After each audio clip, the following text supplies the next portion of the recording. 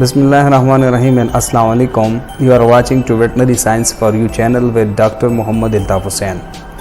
If you are new on my channel, so subscribe the channel and click the bell icon to receive more such informative and new videos related to veterinary and animal sciences. Today in this lecture we will discuss glycopeptides class of antibiotics in detail.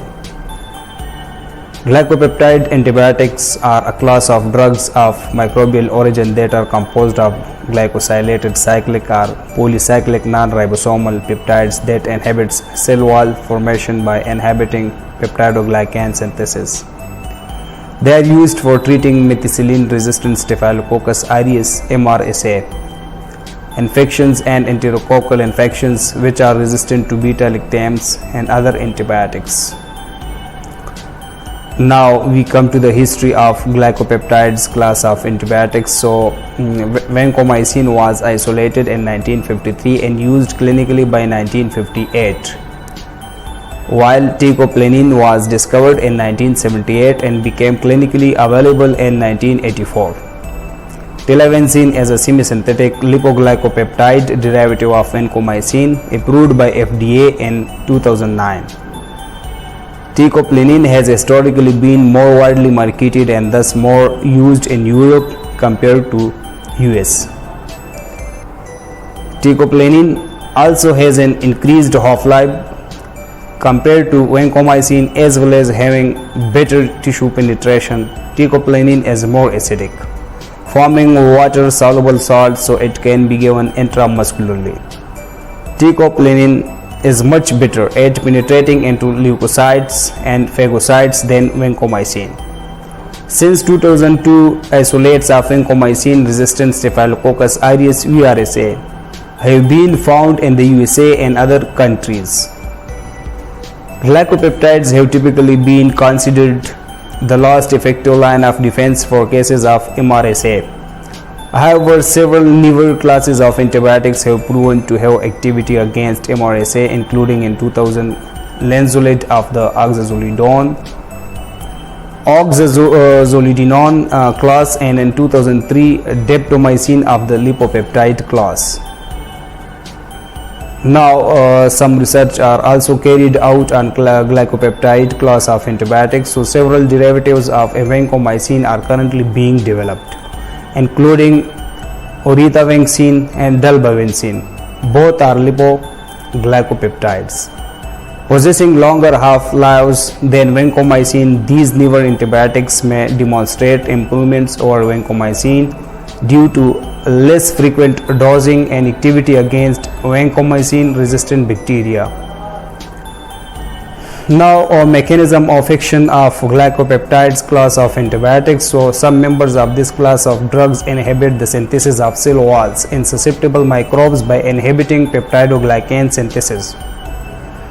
They bind to the amino acids within the cell wall, preventing the addition of new units to the peptidoglycan. In particular, they bind to acyl D, alanine D, alanine and peptidoglycan.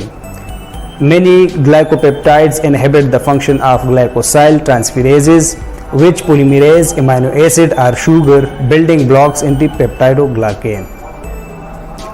Examples of glycopeptides are anti-infective antibiotics vancomycin, teicoplanin, telavencin, aremoplanin and decaplanin, carbamazepine, campylobactam, and the anti-tumor antibiotic bleomycin. Now, uses of glycopeptides. So due to their toxicity, use of glycopeptide antibiotics is restricted to patients who are critically ill, who have demonstrated hypersensitivity to the beta-lactams, or who are infected with beta-lactam resistant species. These antibiotics are effective principally against gram-positive cocci. They exhibit a narrow spectrum of action and are bactericidal only against the enterococci. Bactericidal means to kill the bacteria. Some tissues are not penetrated very well by glycopeptides, and they do not penetrate into the cerebrospinal fluid.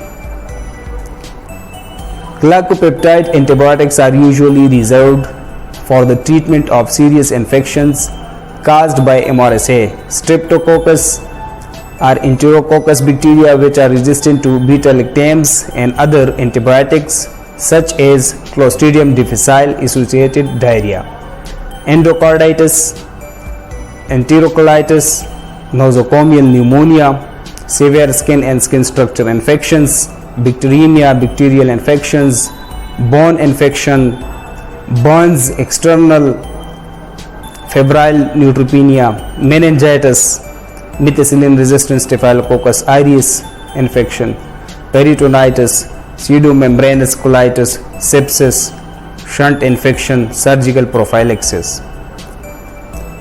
Now administration, how we can administer the glycopeptides class of antibiotics. So vancomycin is usually given intravenously as an infusion and can cause tissue necrosis and phlebitis at the injection site if given too rapidly.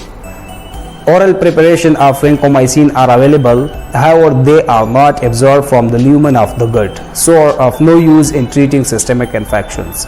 The oral preparations are formulated for the treatment of infections within the gastrointestinal tract, for example, Clostridium difficile. Side effects of glycopeptides. So side effects that have been reported with glycopeptide antibiotics include abdominal pain, back pain, diarrhea, edema, flatulence, foamy urine, headache, infusion reactions, itchy skin, low potassium levels, nausea, rash, taste disturbance, urinary tract infection and vomiting. Are glycopeptide antibiotics safe? If someone asked from you. So vancomycin and telavancin may affect kidney function. The risk is greatest in those older than 65 years. Glycopeptides may be ototoxic, means toxic to the auditory nerve, cochlear or vestibular system of the ear. This may cause transient or permanent hearing loss. That's all about glycopeptide class of antibiotics.